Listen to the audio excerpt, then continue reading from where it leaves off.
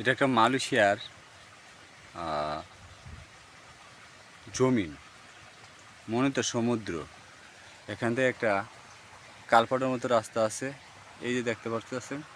এখানে আমি এখানে বসে আছি, এটা গাছের নিচে বসে আছি। ভিউটা খুব সুন্দর, সেওয়া চারিদিক দিয়ে জমিন, ফসলের জমি। ও একটু দূরে একটা ঘর দেখা যাচ্ছে, ও আর একটু সামনে জঙ্গল, ওই সামনে রাবার বাগান। মোটামুটি এখানে কত, 1 acre, 2 acre, 3 acre, 4 acre, 5 acre, 6, 7, 10, 12 acre জমিন আছে।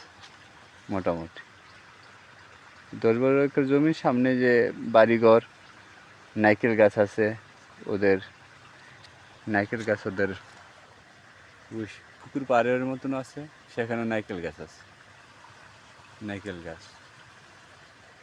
আর আমার পিছনে যে আছে, এখানে একটা পানি পড়তে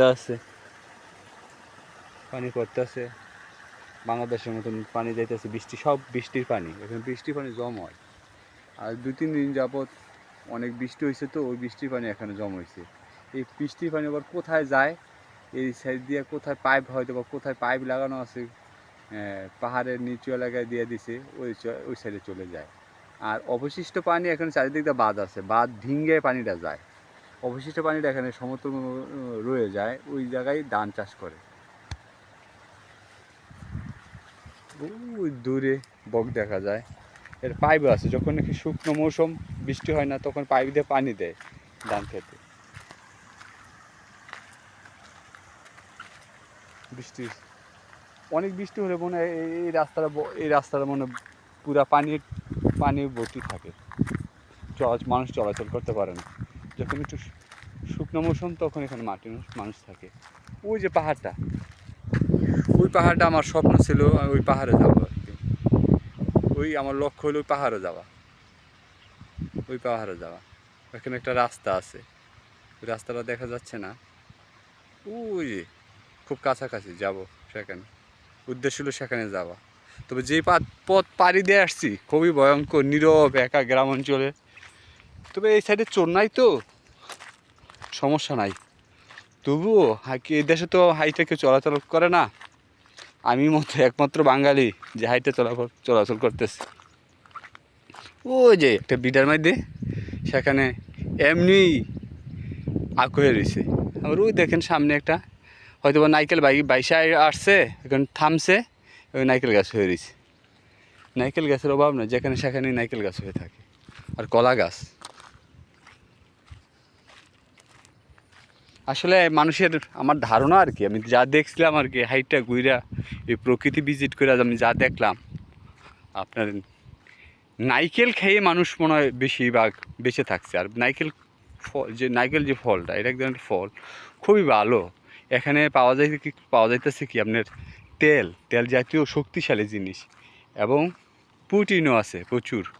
এই জন্য আদিকাল থেকে মানুষ নারকেলের উপর নির্ভর করেই মানুষ বেঁচে থাকছে। এই যে নারকেল গাছ, একটা নারকেল খাইলে একদিন চলা যায়। আর কলা সহজলভ্য, কলা যেখানে সেখানে কলা গাছ হয় পাহাড় অঞ্চলে।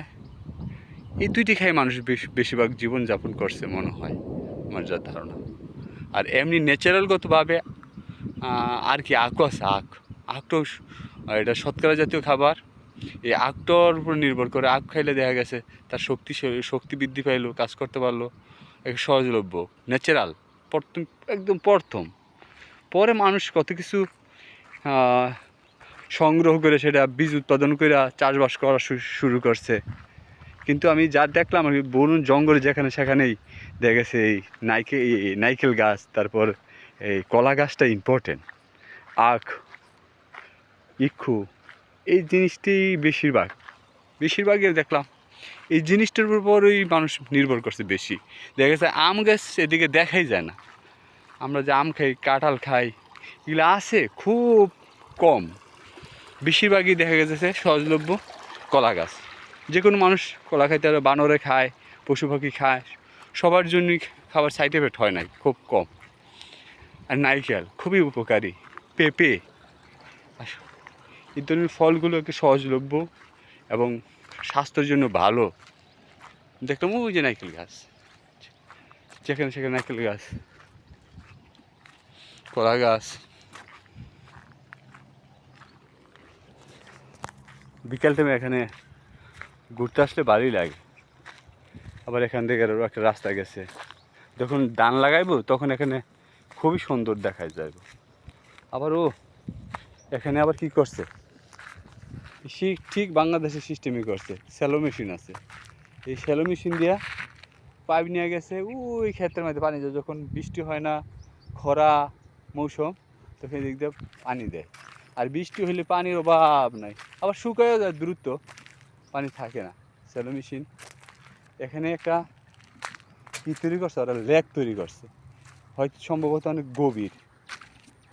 গভীর এখান থেকে পানি সংগ্রহ করে ক্ষেতের মধ্যে দেয়, বিভিন্ন ফসল নিয়ে যায় পাইপ দিয়ে সব এখান দিয়ে মনে হয় সরকারি কোনো শুকনো মৌসুমে সব মনে হয় আমার ধারণা আর কি, এখানে পানি ছাড়ে। অনেক সময় তো পানি অনেক দিন, 1 সপ্তাহ, 15 দিন, 1 মাস পানি, যখন পানি না থাকে তখন পানি এদিক দিয়ে পানি দেয় সরকারিভাবে। তো ওই পানিটা আবার মেশিন দিয়ে জমিতে নিয়ে যায়। আর বৃষ্টি পানি ওভার হলে এভাবে এদেশের মাটি পাথর জাতীয়, সহজে নষ্ট হয় না, এই পানি চলে যাচ্ছে।